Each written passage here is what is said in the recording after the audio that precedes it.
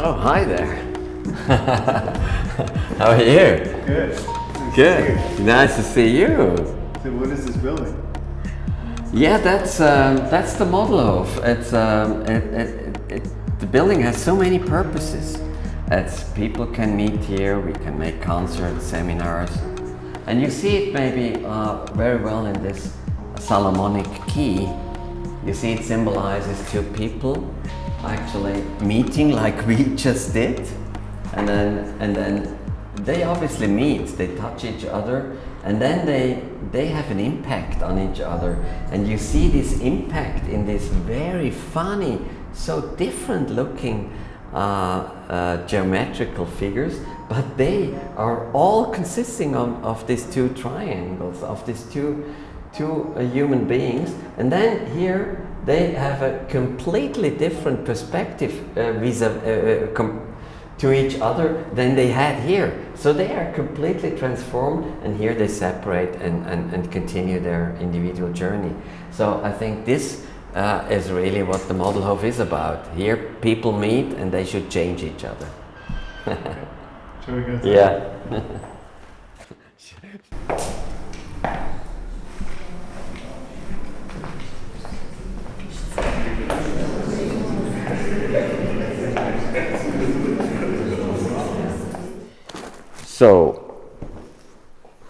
So your question was?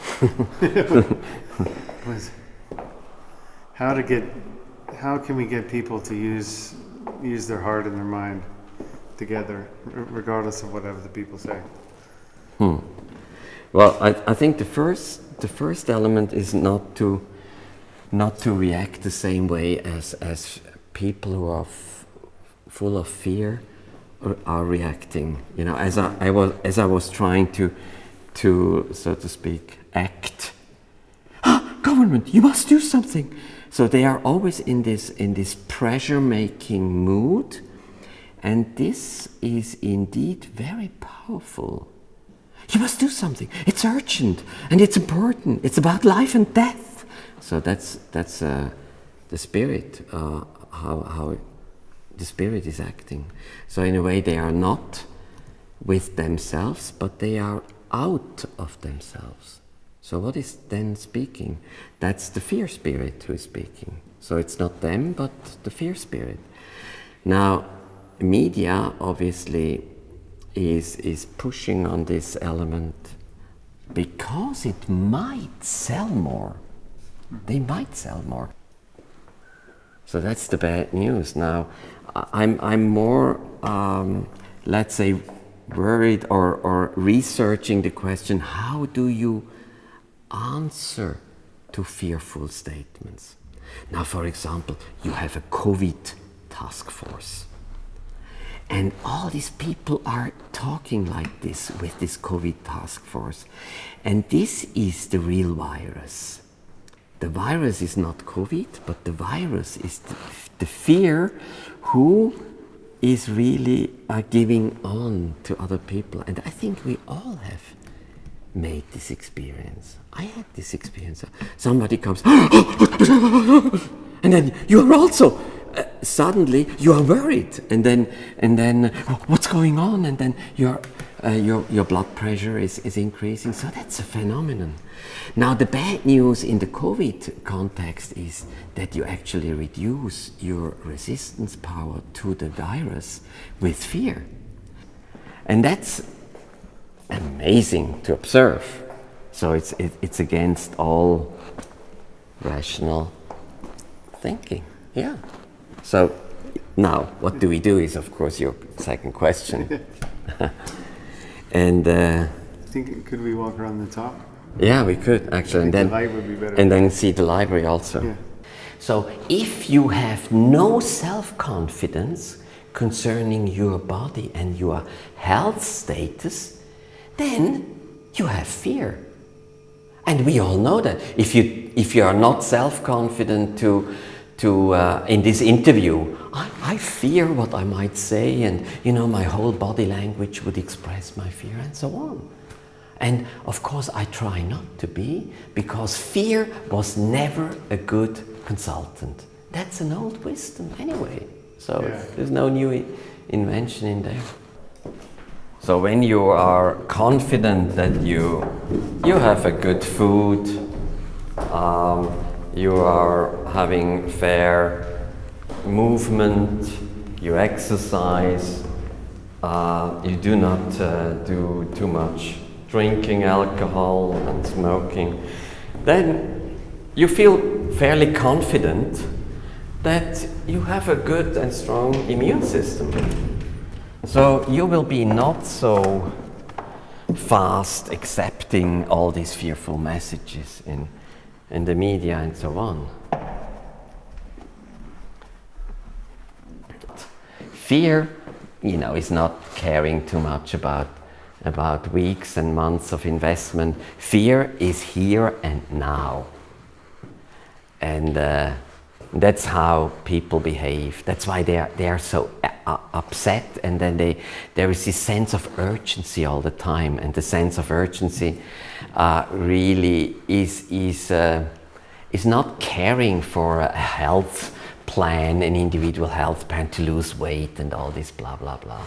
They are caring for immediate measures to prevent death. So obviously high time preference is not really helping evolving the development culture and so on, because there is always hard work behind it. So to learn music and painting and singing, there is a year, almost a lifetime's program behind it. And it's no coincidence that at the moment the culture people are absolutely bankrupt. They don't have any chance to perform. So this, you could say, is an attack to cultural life, indeed. Yeah. If it's on purpose, I don't know. I can hardly believe. The awareness is really the main purpose, in consciousness awareness. That's about it. So yes, it is wake-up call. And how can you wake up? I think a simple method is to observe yourself. Now, if you have a fearful reaction, it's not you, it's something else. If you have a calm reaction, it might be more you who is arguing, thinking, and so on. So if the human being makes himself as an observation object, that's probably a good method to distinguish, let's say, authenticity, so yourself, from something else. So I think a human being wants to be himself. But if this is also lost, then I would say it's over. It's almost game over. Yeah. So Does it take courage to be yourself?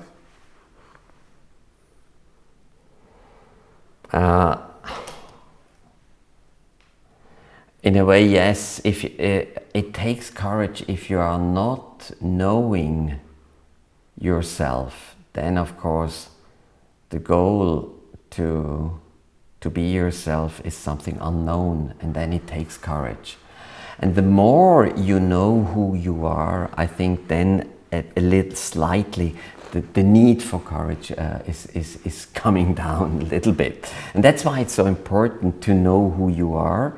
And you can only know who you are by observing yourself and so on, having ideals, and so on, taking conclusions out of your reactions to outside challenges and so on.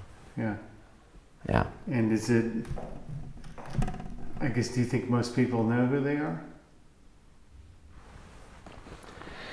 Well, I think it's rather difficult to know who you are. And I think difficult things are not really on the agenda today. People don't like difficult things. Everything should be easy and quick. So I wouldn't say a huge amount of people are observing themselves and are very curious about themselves. Many people are, looking for quick fixes. So yes, this first step would need a lot of courage to go on this journey and say, let's see who I am, because it's a question mark. But many people do not even question who they are, because they say, oh well, you know, these are my parents and I'm living there and this is my situation. And then by, so to speak, explaining their surrounding and their life, their so to speak exoteric life, they think that's an explanation, and I think it helps, but it's 5%. It's not more of who they are. So you can be distracted by quite superficial explanations who you are. Now, if I would tell you, for example, and out myself about an ideal I'm carrying inside me, I would say a lot about me. So, for example, my probably biggest ideal to reach is freedom, is liberty. And I know that it's an ideal that I'm not, 100% free. That there are circumstances that do not make me free, and they really bother me. But then I try to work to find out where am I not free? And that's also an interesting research. So what I want to say is, as soon as you have ideals, then you start researching, because you want to go, maybe not reach it, because ideal is really something very ideal. It's 100% perfection. But to go into that direction is important. That's why I say to keep your personal idealism is one of the most important goals in one's life. And it doesn't matter which ideal. And because it gives you direction, it gives you curiosity and research about what is preventing me from reaching that, and so on. So now you know a lot about me when I say liberty is important for me. And then you know I have many obstacles, of course. And at the moment I have even a government who is telling me really things that he would not dare to tell me a couple of months ago. So freedom is in danger, obviously. And then, of course, the next question is how do you react on that? How do you what? Yeah, how do you react on these attacks on your personal freedom, all these coercion that now we have? Yeah, it just seems it's coming from a new direction now, this year. Yeah, definitely. Yeah, attacks on freedom were coming from politics and ideology and so on, and now they are coming from health experts, if they are health experts, I don't know. So it's a very intransparent thing, but basically now the attacks on freedom comes from fear, from immediate, direct fear of your own life. They fear for their life, and that's interesting. And I think you have to respect fear. That's the first step. It's a fact. You cannot fight fear. First, you respect it, and you say, "Oh, there's something," and how can we address that? So there are measures. For example, in a company, we started to produce masks in our own company. And that calmed people down. And that's great. So I do not want to have panic in the company, because the outcome of panic is, it's a disaster. So nobody wants that. So what is also good against panic is, again, awareness. They should fight for awareness. Because panic is not themselves. Panic is something like a demon who is occupying them. And that's why during panic they make damage. Maybe to other people, to themselves, to things. That's obvious, it's known. So you should not have panic, and I did not want to have it in the architecture or in the construction of doors. Because panic is not a goal for human being. That's why you should not make it eternal. And a building like Modelhof, who is very solidly built with stone, with good protection on the roof, with a solid granite rock on the base. You should not have a permanent installation of panic. You should fight panic. This is a big, big goal of a human being, to not panic. If you are a father of the family, you should protect your family and not be a victim of panic. And it's also a very natural goal when you have children and you educate your kids. Your principal goal is that they become independent. And independent means that they are working to support their own existence. And that's a physical element, but also a psychic element. And that's a big goal. And you should not panic as a father, but follow your ideals and, give your self-confidence in life to your kids. And I think that's a great gift you can do. Now, if you look to this society, to Western society, they are kind of reversing that goal that you have as a parents for your kids. They are making out of their citizens, they are transforming them into kids, into dependent being. And now they print money, they give money, you don't have to work for money anymore. So at the very end of this drama that is, started decades ago, we will have kids. Maybe they are 50, they are 60, they are 70 years old, but completely dependent. And that's a very sad perspective if we continue like this. And of course, we will not continue like this. And what can you do? Well, first of all, I would say be the change you want to see in the world. You start with yourself. So don't complain about that, what I just quickly described, but say, there is something going on out there. What can I do that it doesn't damage to me personally? So for example, in my case, what I did is a very strange thing. I was writing a declaration of independence. You can actually see it on my homepage, modelhof.com. There is even in English, you will find it, a declaration of sovereignty. I don't remember 100% how old I was, but something in my 50s. And in a way, I have to tell you and admit, I must be quite a ridiculous person to do a declaration of sovereignty in such a high age. But I felt it as an absolute necessary thing to do, because there are so many powers, institutions, groups, governments, and wherever I am under some rules, and I had to say, hey guys, you are hurting my development as a human being. So I had to do what I did. So you can read that on modelhof.com, and I hope you have fun. And I can only invite you to do the same for yourself. It's becoming necessary because you are treated like a kid all the time. So that's just one example of what you could do. Well, you're obviously an object who should behave and who should follow orders. And I mean, we had it in the Second World War.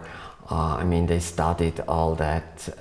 There was a lot of coercion. There was physical power against people, and in Germany. And of course, you had no chance in a way to resist unless you would prepare to die. And maybe the time will come again that you must be prepared to be put into prison because you do not follow orders of people who were not able to think but who were reigned by fear. There might be this prospect. I don't fear that, but of course I'm a bit sad that it might be necessary to resist to that unbelievable power. I mean, do you feel like we're headed in that direction? Yeah, definitely. Yeah. it's obvious. When I look back, maybe 30 years ago, when I saw that we are going in the wrong direction in our society, that laws are, increasing and increasing, you would lose awareness about all the laws that you should follow. So I realized, well, maybe I'm criminal without that I know that I'm criminal, so to speak. So how can I be criminal when I don't have the awareness of being it? So yeah, I realized there were maybe like 10, the 10 commandments in the Bible, and I thought it's quite sufficient. It's very okay. I loved it. It was quite simple.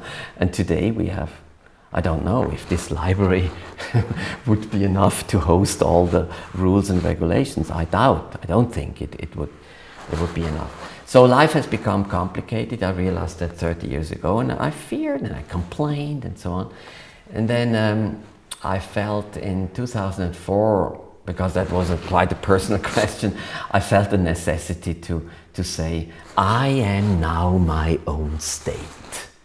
And it was a public speech in 2004. I was invited to the speech. I had no, mission to tell anybody else that I have my own state, but I was asked to have a speech about entrepreneurship and government. So I was thinking about it, and then I realized the two worlds fall apart. I am reducing costs, I'm reducing headquarter staff, and I'm increasing my productivity and so on in my company. And the government is doing the contrary. They are growing regulations, more costs, more debts, and so on. So I realized the two worlds are falling apart, and I can only live in one world. I'm very simple in that respect. So I said, I don't want to continue with you anymore. I'm now having my own state, and by the way, this Modelhof is one consequence out of this declamation of my own state. So in a way, it sounds weird that all this stuff, like I explained before, this declaration of independence and so, that this is necessary. But yes, it has become necessary because other people obviously seem to be know better what is good for me. And I refuse that because my ideal is liberty. I want to make my own mistakes. And I'm going on my way of my self-development very, very egoistically.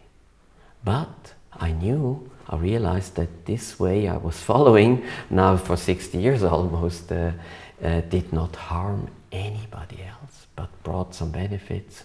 My company is growing. I was using this liberty that came to the eastern part of Europe after the falling down of the Berlin Wall and so on. So we have many good things to say about my little world. So I'm not afraid vis-a-vis my own egoism, so to speak. But I doubt that the government knows what is good for me. I simply refuse their advice. So I'm not surprised that people also refuse my advice, so that's okay. So I would not give advice. I would just try to show that I am not occupied by fear, and that this is probably making the impression. Then they might be curious. Why not? Then I might, I would only answer questions. I would not talk as now I'm not talking, just out of nothing. You have questions. And then, yeah, that's interesting actually. So if they have questions, how did you do not to be so fearful in this time? Then I would start to to tell about my own life. And that's maybe the best you can do. The science of the human being is not taught. So if you don't know too much about people, then you know that you have to learn a lot. And I think one life is simply not enough to do that. It's true. So reincarnation and karma is for me as a principle in our life very important to become also a bit more relaxed. You have a question, yeah? Yeah. So we're being told a lot that we need to choose health over economy. And what do you think about that juxtaposition? Economics is not just an ideology or something. It's a principle of nature. If you watch nature, you should not waste. Nothing is wasted in nature. So there's an unbelievable wisdom in nature. And economics is obviously a really driving base for nature. If you work, you have a reward of the work, and you have the means to nourish yourself. Yourself is a basic element of your self-confidence and your self-esteem. Now, if this is taken, you're probably a very, very interesting victim of orders. Because if you don't have self-esteem, there is no separation of health and economy. I mean, it's completely different levels, and it's maybe part of making chaos, and people lose orientation. This is the question, health or economy? I mean, basically we support our health by working for our own existence. Now this is separated, and if you believe that nonsense, then of course you are a bit lost. If something bad happens to you, then you are supported suddenly. And this means everything that is supported and incentivized is growing. And that's an economic principle. And we should actually know much more about economics than separate it and, make different groups. Well, first of all, if you're paid by the government without that you worked for it, then we have basically a separation also. If nobody works anymore, you will not get anything with that money. So money is an illusion anyway. Money is a big illusion. Work is the real purpose in life, and to have experience and a journey of development.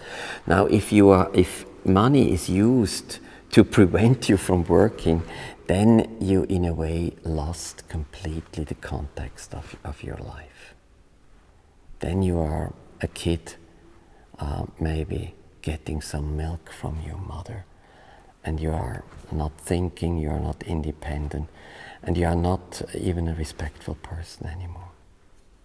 I was studying a lot about money, and the degeneration of money is also a fact in the last couple of years. We all noticed it. Now money is made out of nothing, and the illusion bubble that is created by money is growing and growing and growing.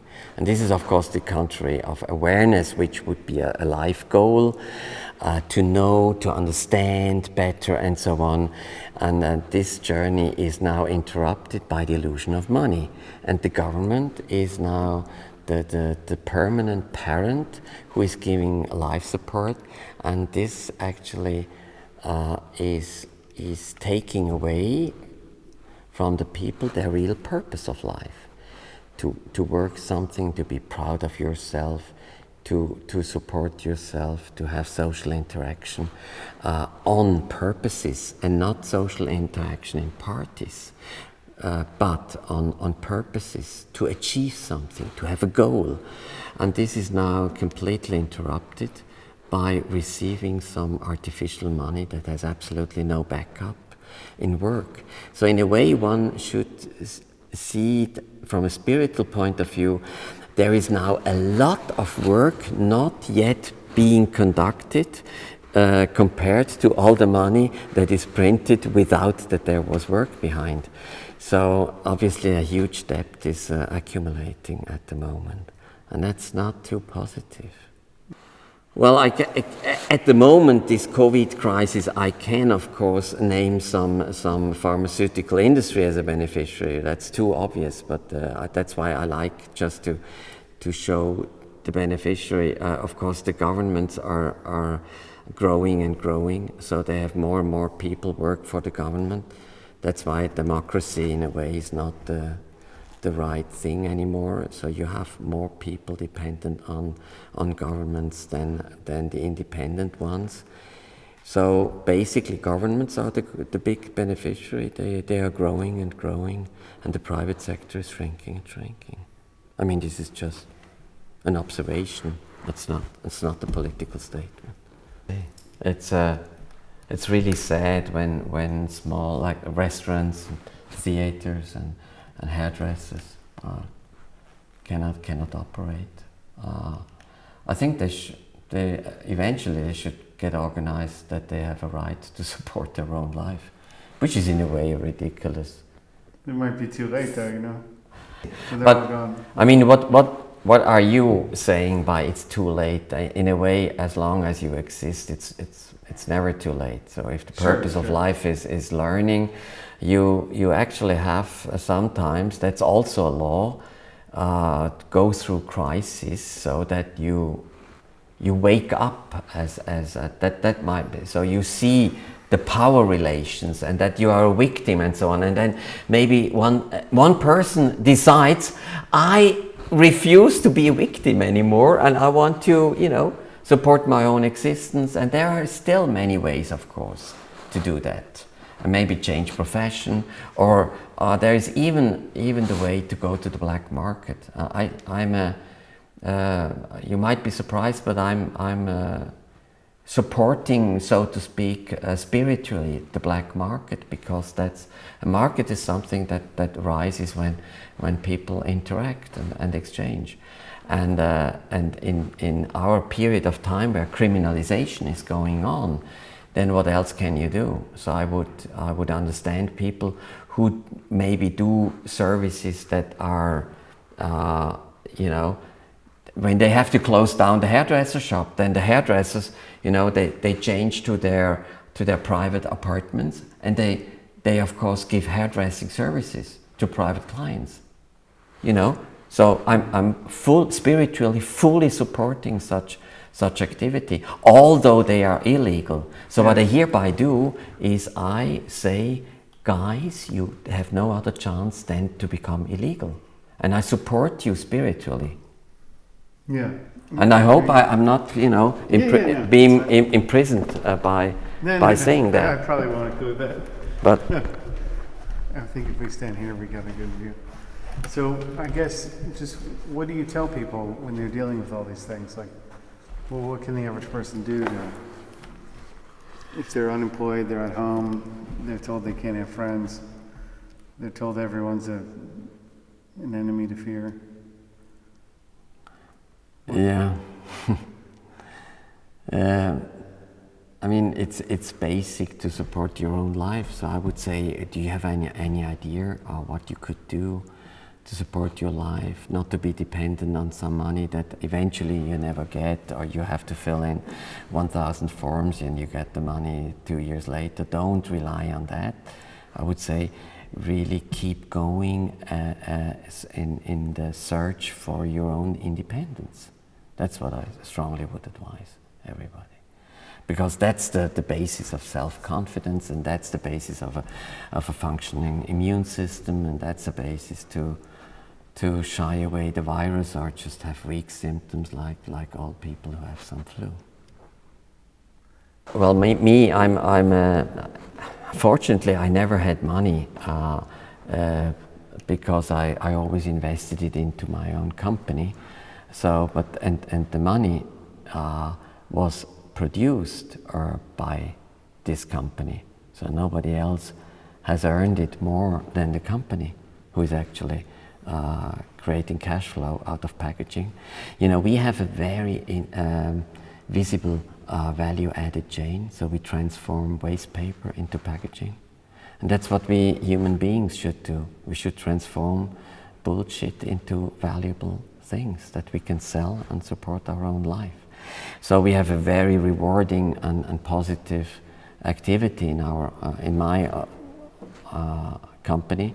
So I'm not doing anything else than reinvesting every Swiss franc that we earn into this company, doing so good services to people that stuff can be transported at home now that e-commerce is so en vogue. And to really support basic life principles. Over here, it's society and sociology.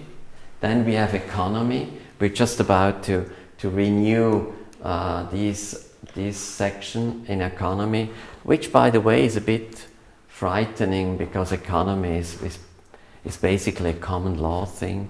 So there shouldn't be too much, let's say, modern things in economy, but yes, obviously we are driving into a new, you might have heard about the new monetary theory. That's a bit frightening. So then we have biographies, history, then literature, art. I bring it back and have a sip of my cold tea. Sure, sure.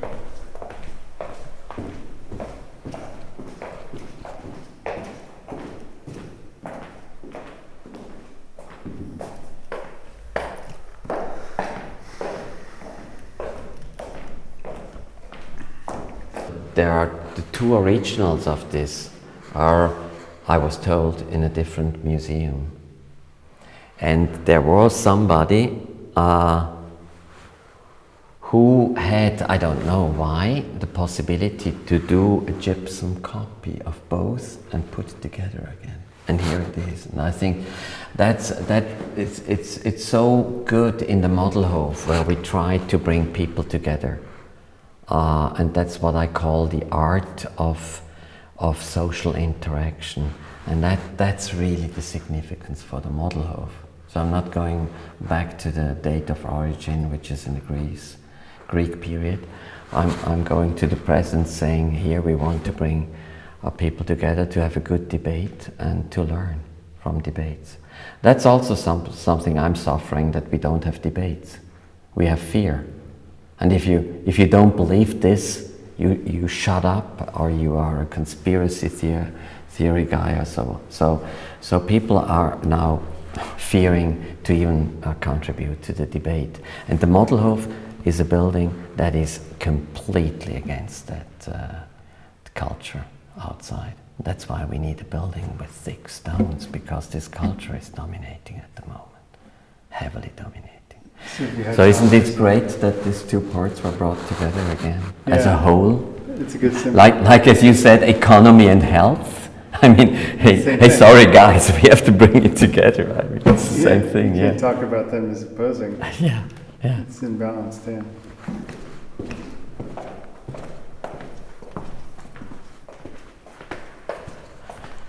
So it's newly built, but it's very archaic, and that's also what you see in here in the Modelhof. We call it an archaic style. So, like these columns, by the way, columns are for us the best symbol for human beings. I mean, a human being, so erect and standing upright, by the way, not like this, but, like this. You can carry weight on your shoulders, on your head. And this column you would expect to carry weight, and it does. It obviously does carry the gallery where we just were walking on.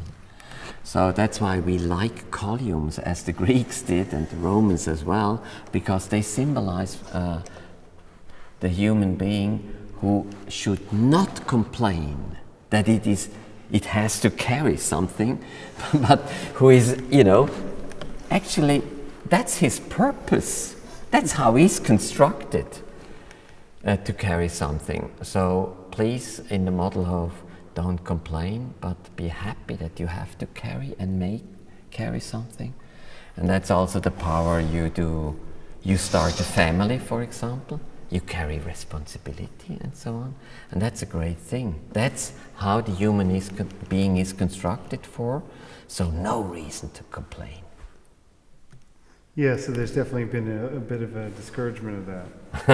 Yeah.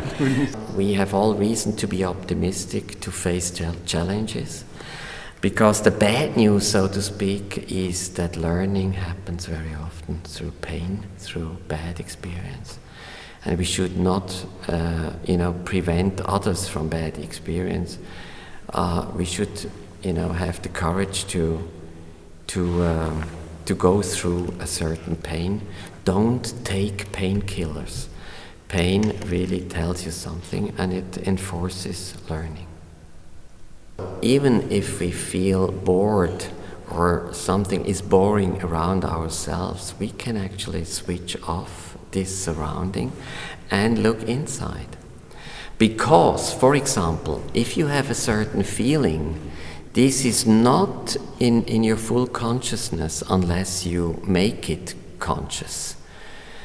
Thinking, however, needs your full consciousness, otherwise the result of your thinking is very dubious. And then you have also your will. If you want something, it is really funny to do some research why you want what you want, because that is not so obvious and clear, except eating when you are hungry. And so you have your permanent research possibility, so you don't need entertainment, you don't have to look and watch movies and Netflix 4 hours every day, you don't have to have screen presence time for 5 hours, 8 hours a day. You really have yourself with you, and that's great. What if you're uncomfortable with yourself? Yeah, then the first thing is, why am I uncomfortable? And what do I have to do to come to a comfortable state again? So being uncomfortable is really the knock on the door to wake up and say, what is the reason? And there might be thousands of reasons, as you might know, and then that's really interesting to answer that question. But please let the question come up, and that's probably one wisdom I found in my life, that the questions, the right questions, are much more important than the answers. So I want to encourage people, please come to questions and don't be so impatient to wait for the answer. It might be years actually until the right answer comes to your original question. Well, you are the regisseur. So how do we grow to understand ourselves?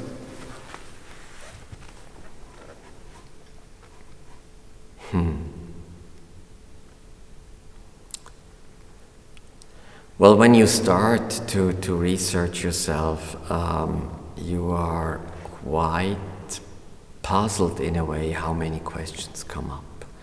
And that's really the beginning of the journey. And the longer you are in this journey, the more self-confident you get, because after a couple of days you're still alive, and then you do research. Nowadays it's so wonderful. You can have your university at home. you have YouTube, you have Google, you have all the means to really get to know how. You can type your question and maybe find some answers. Then of course you find so many answers that you have to make a selection. So you really can start now, and that's the good news. And it needs time and it needs persistence. All these known virtues that remain the same virtues all the time: patience, curiosity. And if you have all these ingredients, there is no fear needed for your life and not to reach your purpose. But working on, how.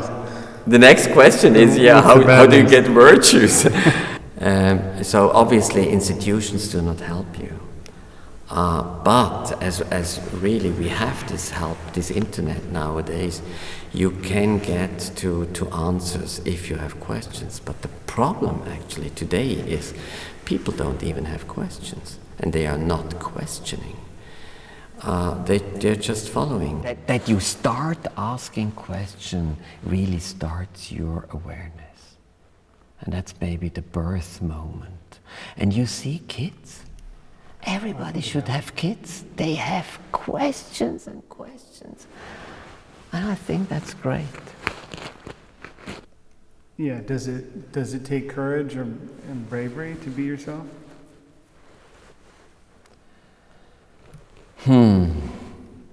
Well, obviously, we were talking about virtues, and that's the bad news. You really need virtues to start your life and your journey into more and more awareness and understanding. And yes, I would say you need all of them. That's really the bad news. So you need courage, you need patience, you need persistence and all that. So these are obviously things that are not supported and are not incentivized exactly today.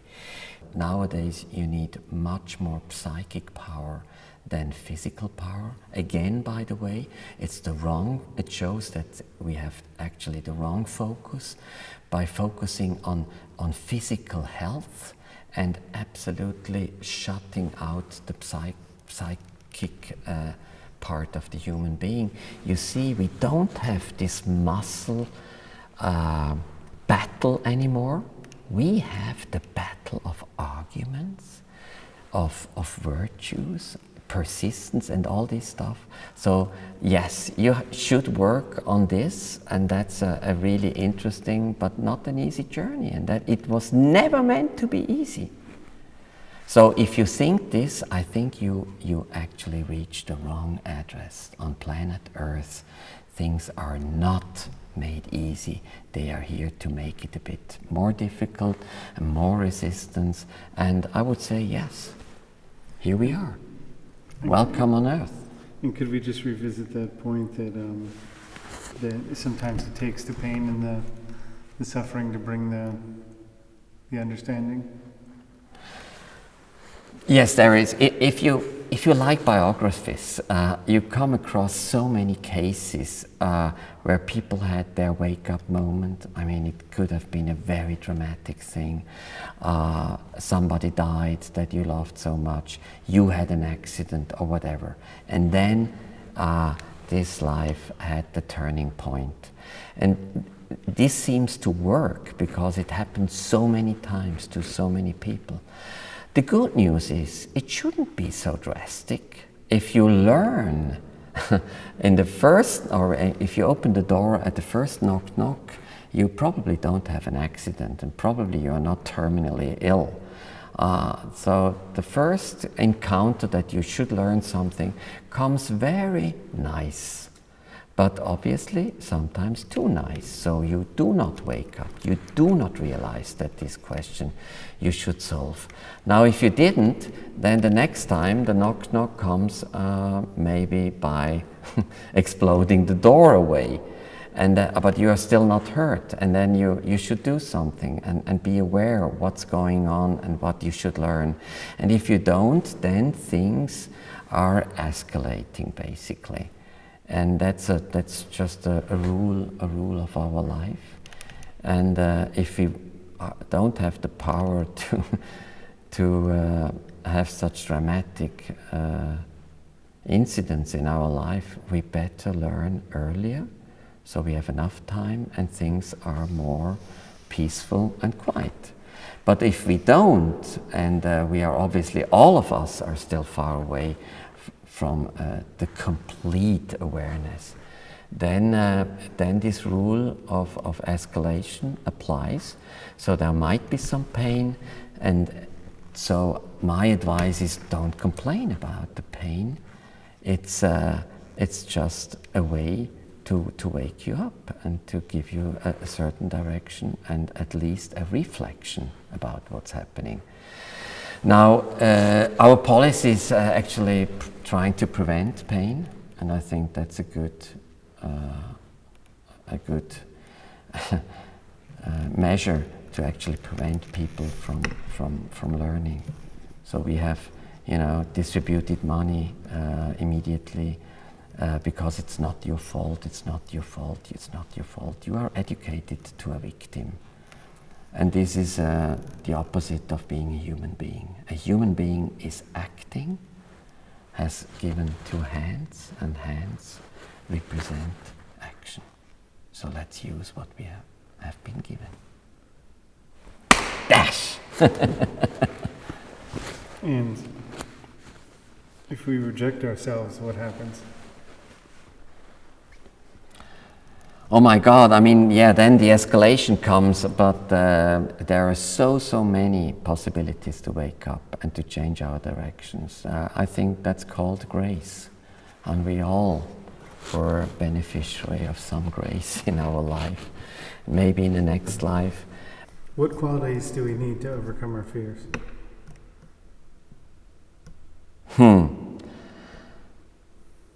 Yeah, you can't just say be calm if you don't.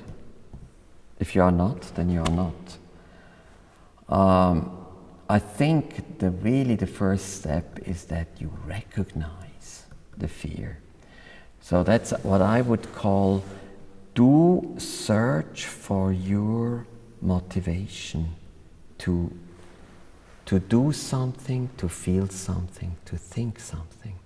And if you see the motivation and you realize that there is a common motivator which is called fear, then I would say you made probably the most important first step in then asking, where does the fear come? Why am I fearful? And so on.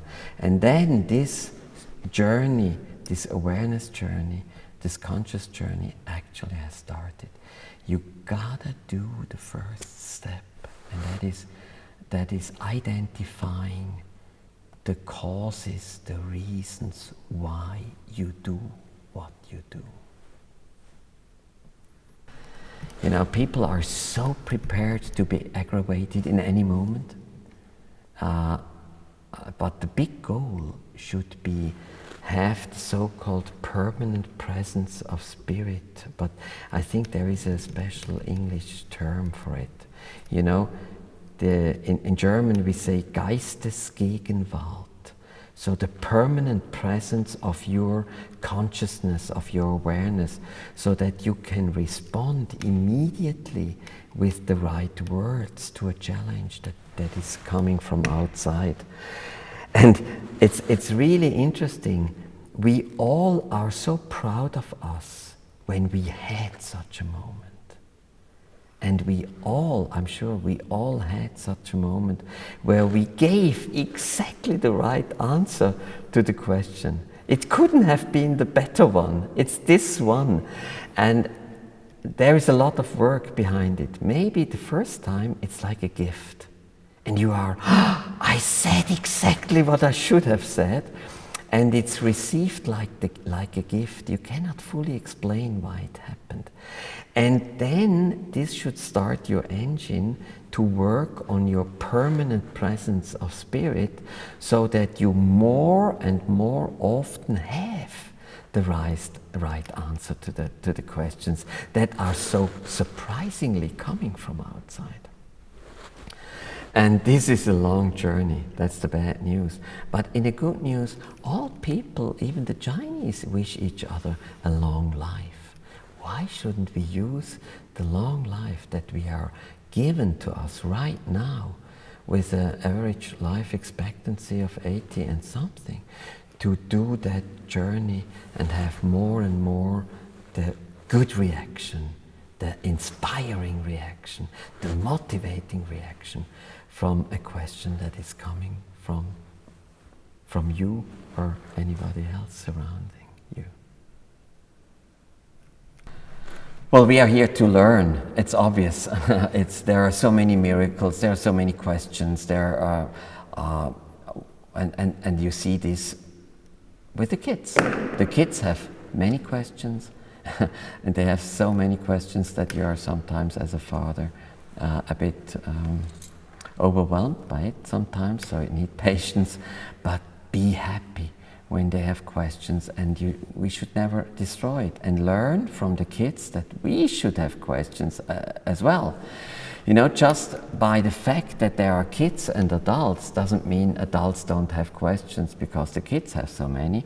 We should actually have more and more questions. And I think that the good or the bad news, take it as you want, is this life is simply not enough to answer all of them, but keep producing them, keep confronting your surrounding by it, keep Googling your questions, and you will get many, many answers.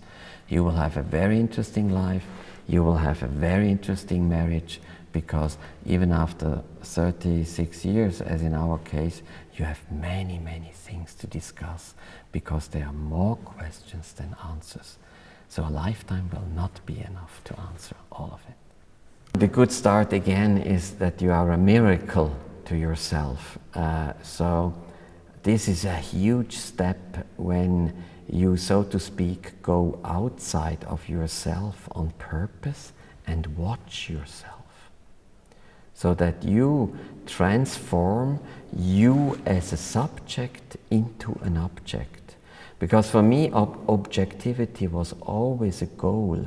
And then I started to suffer that I only have one perspective. I realized that from a certain angle, a cup is looking like this, and from the other angle, it suddenly has a holder. And then I said, how can I, as a subject, work on objectivity? And that's only possible, from my experience, to make, first of all, myself, transform myself into an object of observation, and secondly, start to change perspectives. And these are two methods that make life unbelievably interesting. So we should be very, very modest when we have an opinion, that an opinion is just a perspective, but the whole could bring much more, let's say, new information. So I would always defer the judgment into the future. So no early judgment. Wait until you have positioned all the perspectives that you can possibly have, and continue to make yourself as an observation object, and then you do not need a quick judgment. No early judgment is one of my principles of life. That's a very nice subject. I think this beginning could be a very good end. Yeah. Very good idea.